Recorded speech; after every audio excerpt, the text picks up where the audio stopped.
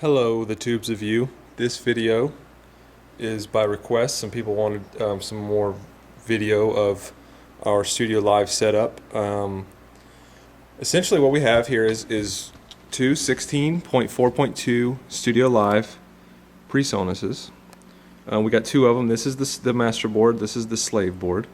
We run all of our instruments off of this one. Mostly all of our mics, vocal stuff off of that one. We have this is our subs over here, and then over there's is our main house speakers. I'm not really going to show you how to use the Studio Live and stuff. I can if you want. I can do a separate video for that. I just wanted to show you more of what our actual setup is. So we have them linked. Then we have a FireWire cable going.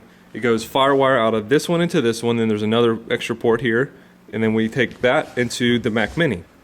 That's just an external hard drive on the top and bottom. We have a Mac Mini, a 2.26 gigahertz with 8 gigs of RAM. It's a late 2009 model, and we're running dual screens on it, just so that we can see both of our soundboards at the same time. Sorry for that shakiness. I'm going to just zoom in here. What I'm going to do is open up, Presonus has an app called Universal Control. It's coming up. You see now both of our soundboards came on left and right. So now I'll know that this left side here is the slave, because that's what it is over there. So essentially what I did was I took right there where it says church slave, that's the scene we have saved in the system, and then I dragged it over to here. And now, as you can see, we have all of our labels for all of our each channel. And then right here, what I'm going to do is I'm going to do the same thing, except master. So I'm going to drag church master over here. And then now you can see, go down. There's all of our mics and labels and everything. I already labeled everything. Now, if you're not familiar with this system, with this setup, essentially what this is now watch. You see how all these are muted? All those reds, that's all muted, okay? I'm going to come over here. This will freak you out if you've never seen it before. I'm going to click and hold on kick all and drag it all the way across. I unmuted everything from there, and now everything is unmuted here. So everything that you do over here, it will happen over there. So essentially, these are just a software representation of the physical soundboard itself. So yeah, that's that. I mean, everything that you do here is represented over there. You just have to make sure that whenever you're doing this, that you don't shut the computer off while you're in a service, because it does recognize as a FireWire interface, and it'll stop the soundboard. It'll stop the sound for about 5 seconds, and then it'll kick back in. So obviously you don't want to do something like that. You always want to make sure you save. What I do is I click on, let's say we're shutting down for the day, whatever. I click on, I make sure I'm on the right scene. So this is church master for the right board here. I click plus, and then I say overwrite, and then that saves the scene. It overwrites the scene. I do the same for the other side. But let me show you what all you can do. Double click on EQ, and then the full EQ comes up for our snare. I can drag the compression around. I can equalize it. You can turn it. You can sweep it. You can put your gate on. I mean, everything. Your frequencies. Everything is right there. Let me go back to overview, and then I can choose to fade it left and right in the room.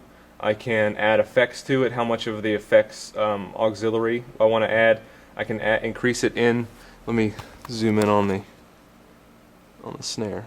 So I'm doing this backwards.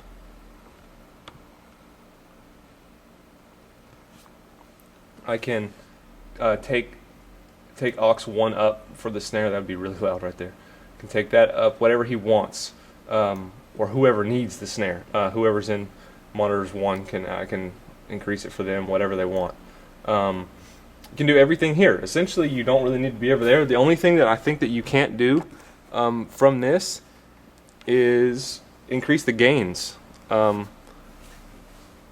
the physical gain knobs at the top. That's the only thing, but you're supposed to kind of have that set anyway, and then you kind of move everything around. As you can see, we kind of keep all of our faders close to 0 as possible. We just find that's a nice orderly way to do sound. So nothing's too crazy. We get all the volume we want out of everything. And it just works better for us to keep whenever we do our sound checks, we keep everything close to 0 decibels as possible on the faders. You see some people with like making smiley faces on their faders and stuff, and it's you know, to me it just seems unorganized and chaotic and stuff, so I just don't do it that way. And then what I'm going to do is I'm going to show you how to use the iPad app for Studio Live. There's an app right here, Studio Live Remote.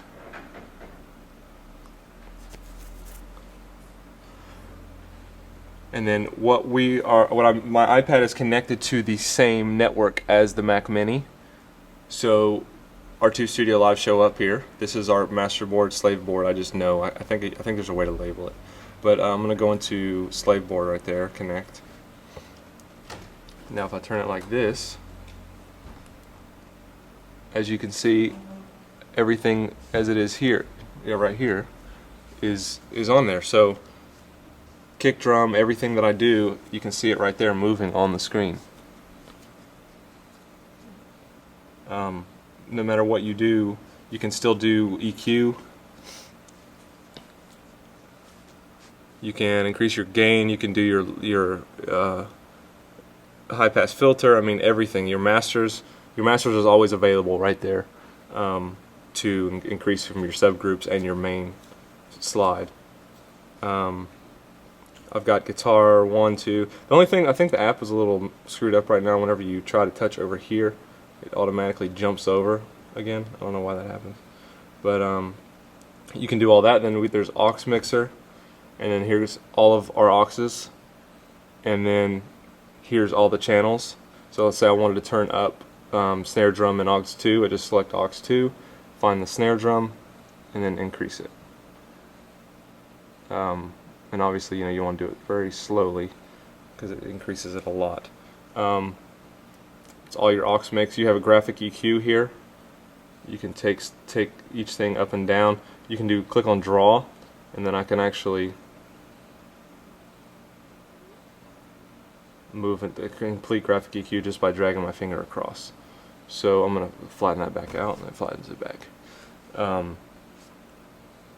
The cool thing that I do like though is I can rotate it like this, and then over here hold my finger and drag it down, and actually the name of the channel shows up. So let's say I wanted to go to hi-hat, let it go, and then here is my fader for hi-hat, and then here is each of the auxiliaries levels for that, and the effects right there. Limiter, EQ, gate, compressor, everything, and you can tell it what subgroup it's in, or if you want it to be right out of the house, you can actuate the firewire on it. You can do everything. I mean, everything you can do on the board. High pass filters right there. I love being able to EQ everything from right here. Let me actually show you this in action in a second. So that's pretty much it for this. I mean, I love being able to do all of this stuff, and I don't have to be stuck back here at the soundboard. I'm just going to go play a iTunes track. Sorry if that was kind of crazy. I'll try and edit a little bit of this out. We have iTunes that's connected. I don't like messing with CDs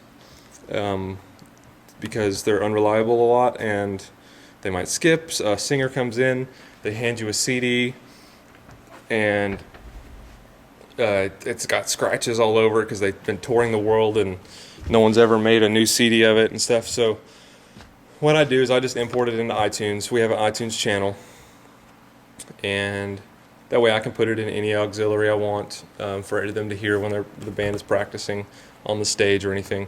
But I'm going to go ahead and play a song. Okay. And then as you can see, the house is a little high. You can hear that. Obviously it's working from here, but now I'm going to go over here just to show you. physical effects of using universal control.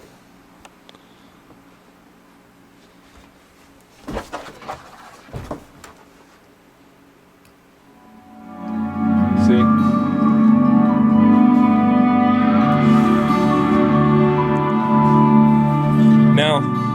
Now that is up, it's up so high over there, but yet it's not over here. So I'm like, now what do?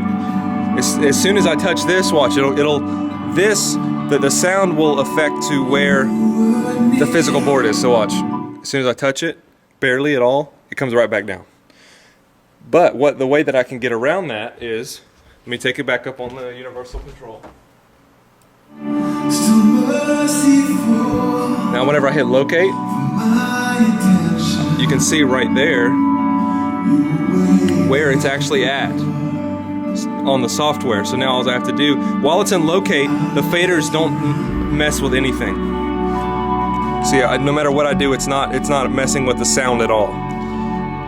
So what I'm gonna do is get that to where it's one LED light. See now, and now whenever I go back to output, now it's back to control. So what I do essentially is I'll walk down here with my iPad. So let's go ahead and do that. I'll show you. I really wanted to make this video because I don't think anybody's really showing videos of this system rather than Presonus. Which I have high respect for Presonus and Rick Knockvey and all the guys that work at Presonus. I actually watched the webinar on how to use the Studio Live. Go to ccisolutions.com and they have videos about how to use it now. So what I do is I'll come down here and I'll be mixing the sound from my iPad. Let me get it to where there's not like a giant light all over it. And I'll choose iTunes right here. Let me do it from this way. Oops, sorry about that light. iTunes. Light's right, glaring right on it. And then now I have the channel right here. For the sake of the video, to keep it low. But I could stand, let's just say that's not iTunes, let's say that's snare, a vocal, let's say that that's whatever it is. I could stand here and EQ it, add it to the monitors. I can go up on the stage over there and mix their monitor from the stage instead of having to remember, take her up, take this down, and then walk back to the soundboard, or be yelling it back to our other sound man. Sorry if I'm talking really loud, I'm really close to the camera.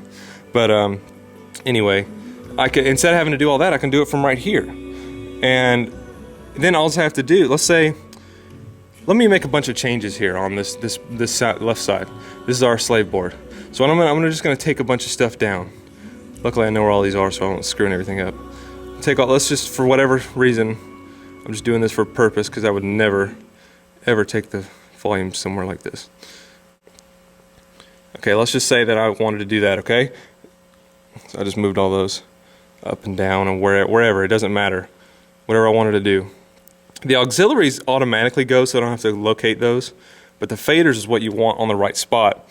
So I just made all these changes. I'm happy with the sound.